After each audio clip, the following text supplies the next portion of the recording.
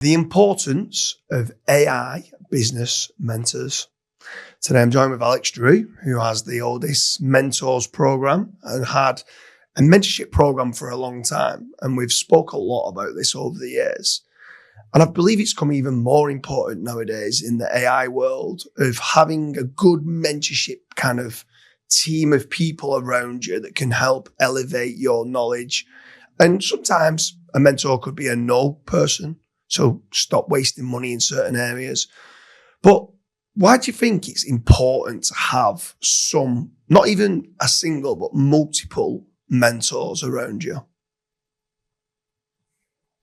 Well, again, very good question. And you've been an early supporter. I think one of the biggest of the Otis Mentors program. We kind of love the concept. I remember we did the Mastermind in Tallinn, and I said, that is my main thing there. And to be honest, it also was meant to be some sort of covert operation to kind of give structure to the network of the company, but in a way where there's a win-win. And the new version, which is of the Otis Mentors, which is managed by Gertrude, she wants to put mentors in a room where they win together. It's not about just mentoring someone, like the mentees. It's like winning together among mentors. So I love her new vision. But the thing is, you can't be always right. That's number one. Number two, there is always someone smarter than you. Number three, uninformed optimism can get you in trouble. So if you have people within reach, sometimes you may not make a lot of money, but you will save a lot of money to begin with, because you won't pour your time and energy and resources into something which might not work or someone else has solved already. How many startup ideas just end up vanishing because all of a sudden 3 months in they discover a solution already exists? So why not just ask around? Now, when you ask within a Facebook group, you might not get the same response as when you ask within a network of trustworthy individuals that know you. Now, the vision behind Otis Mentors is ever growing and it's evolving. But I think that you can't win alone. And you have to have this mentality of abundance, where it's like you provide opportunity to people within your network and you're also able to harness it. I'm also a big believer in avoiding to debate people on certain topics if you know you're right or if you know they know better than you, in which case you learn. So why does it make sense for me to debate you if I know you're right? So I'm learning. But in case I know that I know my thing, then it's a complete waste of time. Let's just move to the next topic. Again, access to a network of mentors. Most importantly, and that has been the problem which you addressed at the beginning of the podcast in one of the first questions, like the bubble, especially within the SEO community. 5 years, 7 years later, you have people that haven't made any substantial progress. Why? Because they haven't looked beyond the boundaries of that SEO bubble or marketing bubble of whatever bubble. I think that it's very, very, very strategic to have mentors from different areas of your life. Now, you run multiple businesses yourself. You do race horses, and you do lead gen, and you do SEO, and you do AI, and you do so many things, right? And each one of those companies has certain people that might not be very good at marketing, or they might be very good at AI, but they can be someone who can give you a piece of advice. So those people can be called mentors, or even Sherpas, even though we kind of embrace the word mentors. And I think mentors, you've been my mentor for many years, not an official mentor, but someone which I always look towards when I had some, even hard decision, like, what do you think about it? So for you, it may be like a straightforward answer in just 2 sentences, but for me, it may mean anything, because that could save me $1 million from going to a path where I would fail. So I think keeping awesome people close to you in a structured way while giving everyone the chance to win is what we define as Otis Mentors, and we're going to try and scale it and see how far it gets us. And with regards to someone that's not yet had a mentor, what kind of information and what advice would you give to those people that are trying to do it alone? They're kind of listening to, let's say, another episode that we do about failing fast, and they are failing and stuff like that. But sometimes, we've both spoke about it's important to fail fast, to push the boundaries and stuff like that. But on the flip side, if you can get the advice along the way to not fail and go down a slightly different route, like, look, I went into that and I just ran straight into that brick wall. If you go that way, you can go around this way and stuff like that. Like, mentorship can save you so much time and money. And for me, wasted time is worse than wasting money. I don't like wasting time. So if someone can help me get to stage number 4 and stage number 5 and stage number 6 and jump from stage number 1 there, that is worth its weight in gold. This is like the ultimate hack. I don't even know why someone will try to, let's say you go to a gym and you're absolutely clueless about lifting weights and you start doing it yourself. Maybe you watch some YouTube video, but why not get a fucking coach? Get a coach, because he will just, trim that learning curve from whatever, a couple of months to 10 sessions. Yeah. And get you the basics, get you the fundamentals, at least to get started. And it applies to absolutely everything. If I would want to learn, I don't know, anything, something, let's say third-party corroborative sources for it, I would probably ask you or someone I know that knows, like I would pay even, because that was the very concept initially. People who would book calls and pay. We did a couple of those in the first version of Odie's Mentor. So why not shortcut your way if there is a way to actually do it? Problem is nobody knows how to do certain things. Now that is a bigger problem. But if there is someone who actually knows how to do it, why not do it through them? And most importantly, people are eager to share. I haven't really met too many people, especially within some sort of close community. They're like, no, I won't explain how this works. No, I won't tell you. Why? Because in most cases, like one of the reasons why I openly talk about stuff is I know less than 1% will take action. Nobody takes action. Because it's hard. It's actual work. You have to put in the work and time and resources and energy and money, whatever is required to move the needle. So from that perspective, I think that it's the ultimate hack. It's the ultimate shortcut. And I don't really understand why people aren't actively looking for mentors in every area of their life, from health to business to, I don't know, whatever is of interest to them. Yeah. Have you ever heard of people doing this? I mean, I actually had it set up and it's a multi-agent kind of, I've got Alex Hormozy's been one of them you've mentioned a few times, Gary Vee, and I think there's like 7 or 8 others that's within there. James Sinclair's one of them, Daniel Priestley's another. And it's going to learn everything about who they are, what they do, what their kind of mechanisms are of like what a successful business looks like and what they believe the future of, let's say, AI is, what the future of marketing is, what they have strong beliefs in.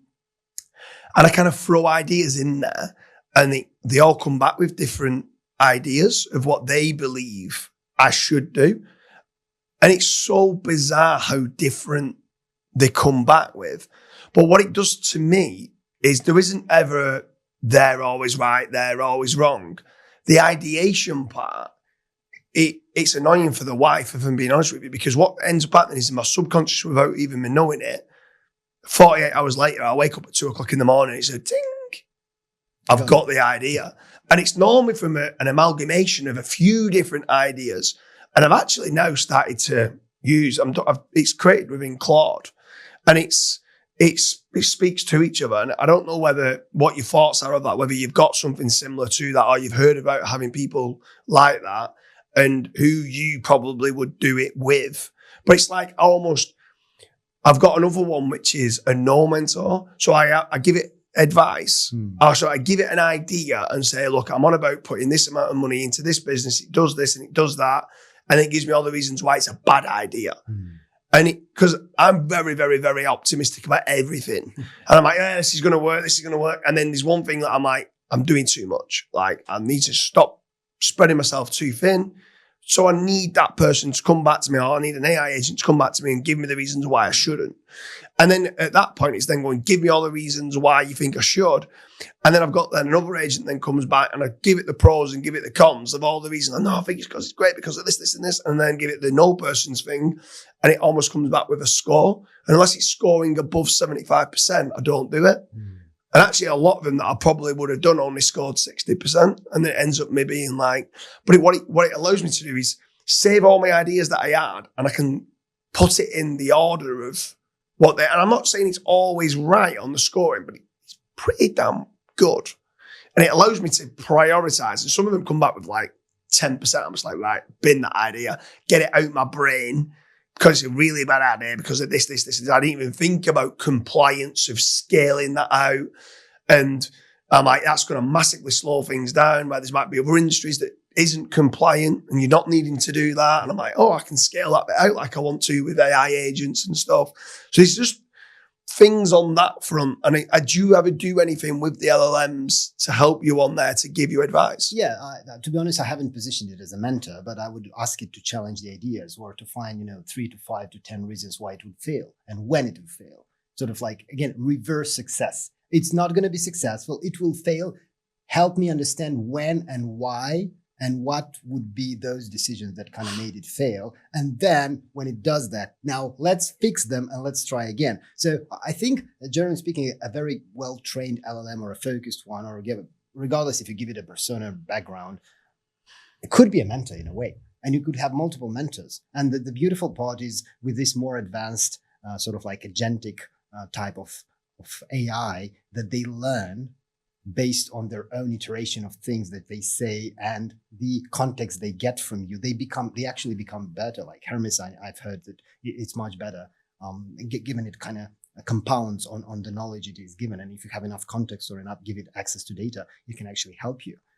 I even had an idea for all these mentors, for mentors that are very, very busy and they cannot afford to mentor someone. We could potentially interview them over a podcast and then could train an LLM. So you have like James Dooley, for instance, the AI version of James Dooley as a mentor. And someone would be able to buy a subscription, have a conversation with the AI sort of version, at least the known information part. Why? Because you can't be scalable and you can't be like, let's say your popularity increases and all of a sudden you have 100 people a month willing to have calls with you. That is impossible if we end up monetizing, the program in such a way. Not that you don't want to help, but it's just literally physically impossible to do 100 calls a month. So that would be one option. But for sure, I mean, I think every single question we ask AI is some sort of, we're seeking guidance, we're seeking mentorship. And that's a good thing. And one thing which I've observed is that usually youngsters, and by the way, I had this new thing in my head. Well, I need to stop partnering with people that are way too young because they're not yet there. They're so naive in regards to certain things. They're 100% sure something is going to work. And I've started bringing in more seniors in the business who've been through things in life. And I think the exact same thing applies to anything, really. You have to tap into someone who already went through shit and experience. There have even been some rumors, and you've been a big advocate of, like, stop doing these calls or stop doing this, like, just bring awesome people into a mastermind or into a room or into a retreat or something. Let them work their things out and you're going to see amazing things will pop out of it. So there's been some sort of community. I can't remember, where I've read about it. Basically, they didn't count your successes. They counted your failures. So you had to, for instance, be bankrupted at least 3 times. You had to be sued in the past a couple of times. You had to go through all these failures and you literally had to prove you've done that. Then you were admitted to the group, which is interesting because it goes back to failing and why you learn more from failing than from being successful. Yeah, for sure. The opposite, I mentioned there about the AI, the LLMs being able to help give advice and the different kind of characters of how you could bring their history and what they believe in. The other part is in person. So going to the masterminds, meeting these people face to face, being in an environment where it's a group environment. How important do you believe it is for you to come over to like this now in Manchester, not just doing these podcasts, but physically being in an environment where you're in a mastermind environment, there's maybe 8 people in that group, and with the right group, someone's going to grill you. Someone's going to want to know deeper of why you're doing that when you could be doing that. And at times almost you walk out like, I thought I had a good idea and I've just been absolutely abused, but in a good way. Yeah. How important is these in-person mentorship meetups? Well, that is what you describe as sort of like a very genuine and profound coaching setup where you have a coach that kind of pushes you or a mentor that tells you exactly the inconvenient angle to things or opinion, which helps you grow. Problem is, it's so rare to find. Just like we were talking a couple of years back, or even not that far away, when you're saying, like, I've stopped doing most masterminds in the industry because I get very little from them. Like, there's not enough people grilling me. There is not enough people sharing knowledge bombs, in which case, like, it's a complete waste of time for me. So it's a blessing when you can find such a group, or at least one member in such a group. Like I can be straightforward with you. There've been events and conferences where I go into mastermind and had to fake someone calling me to get out of the group because it would be a complete waste of time. I'd rather go to my hotel room and just do some work than be there and stay there for the entire day and just in a group of people that they're not bad, but they're not there yet. It's one of them, I suppose it's the classic saying, if you're the smartest person in the room, you're in the wrong room. Yeah, that's So like if you are there and you're just there to mentor everybody else and you're like not taking anything in for yourself, then that's a bad group. But what about when you're in a good group? Like, how does that feel to you? So you're in a group and you feel like you're the dumbest person in that room. And when you're going through certain things, obviously still going to be bringing a lot of value, but you're with people that have been through the trenches, that have understood things. How good is that feeling? That feels like some sort of initiation experience. That feels like some sort of going through like growth, growth on the spot. It's not like reading a book and perhaps getting some, catching some ideas. It's like on the spot, and it literally goes through you. Sometimes people end up telling you certain things which you haven't thought about before, and you literally get goosebumps. Because of that. So I think that is a blessing if you can get into these groups. And sometimes it happens because of some sort of randomness. Someone just put together a group and they thought you might be a good addition to that group. And that's one of the reasons why we're going to be very strict when it comes to curating who ends up being part of the mentors program at Otis. Because you really want to be like, we've invited you and you accepted. Now, if we start bringing in mediocre people, average people, that are going to bring us the whole level of the group down, at some point, in order to avoid disappointing me, maybe you will not like openly leave the group, but you will just be less involved in it. So we try to bring in even people who have nothing to do with marketing or SEO or AI or LLM marketing, but just amazing people, very successful in some area of, like that we can learn from. So we literally seek to bring in people so awesome that we feel the dumbest in the room. That is, I think we should even put it as some sort of objective. Become the dumbest person in the room, and then you grow. It means you're in the right room, doesn't it? Anyone who's watching this, I hope you like the importance of AI business mentors. Let us know what you're doing for your mentorship program to level up your knowledge, to try and take yourself on to that next level. I'm always a big advocate that every day is a school day, and that you should always be trying to be a better version of you are today than you was yesterday. Alex, it's been an absolute pleasure. Thanks for having you. Awesome conversation, James.